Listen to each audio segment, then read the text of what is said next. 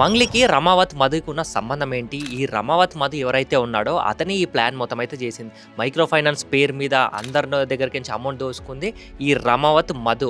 అందులో మంగ్లీ వచ్చేసి one of the part member. ఆమె కూడా కొంతమందిని అయితే ఒక 10-15 మెంబర్స్‌ని అయితే ఇట్లా మైక్రో ఫైనాన్స్‌లా ఇట్లా మనం అమౌంట్ ఇన్వెస్ట్ చేద్దామని చెప్పి ఆమె అయితే కొంతమందిని అయితే తీసుకెళ్ళింది. ఎవరైతే మధు అయితే ఉన్నాడో అతని దగ్గరికి తీసుకెళ్ళిన తర్వాత ఒక్కొక్కరైతే 10 lakhs, ఒకరు 15 lakhs, ఏకంగా కొంతమంది అయితే 5 crores వరకు అయితే ఇన్వెస్ట్‌మెంట్ చేశారంట. లాస్ట్‌కి వస్తే ఆ రమావత్ మధు ఎవరైతే ఉన్నాడో అతనైతే మోసం చేసేసాడు. ఈ న్యూస్ మొత్తం బయటికి వచ్చిన తర్వాత మంగ్లీ ఏమన్నది, రమావత్ మధు ఎవరో నాకు తెలీదు, అసలు సంబంధం లేదు, ఈ మైక్రో ఫైనాన్స్ కూడా నాకు సంబంధం లేదు.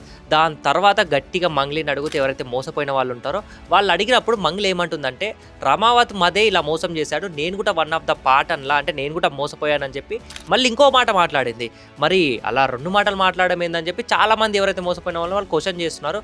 వాళ్ళు పక్కా ఎవిడెన్స్ ఏవైతే ప్రూఫ్స్ ఉంటాయో వాటితో అయితే మంగ్లే మోసం చేసింది, మంగ్లీ వాళ్ళని నేను ఇలా ఇన్వెస్ట్ చేశానని చెప్పి వాళ్ళైతే చెప్పడం జరుగుతుంది. ఎవరైతే అడ్వకేట్ సుబ్బారావు ఉంటారో అతను కూడా మంగ్లే ఇందులో ఇన్వాల్వ్ అయ్యి ఉంది, మరి మంగ్లీ ఎందుకు తప్పించుకోవాలని చూస్తుంది, ఇప్పుడు మోసపోయిన వాళ్ళు చాలా మంది గిరిజన వాళ్ళు కూడా ఉన్నారు, వాళ్ళని మోసం చేయాలని ఎలా అనిపించిందని చెప్పి లాయర్ సుబ్బారావు అయితే అంటున్నాడు. మంగ్లీ ఇంకా అయితే అసలు పరారులో ఉందని చెప్పి చాలా న్యూస్లు వస్తున్నాయి. నిజంగానే పరారులో ఉంది, ఇంకా పోలీసులకు కూడా అసలు రెస్పాండ్ అవుతలేదు.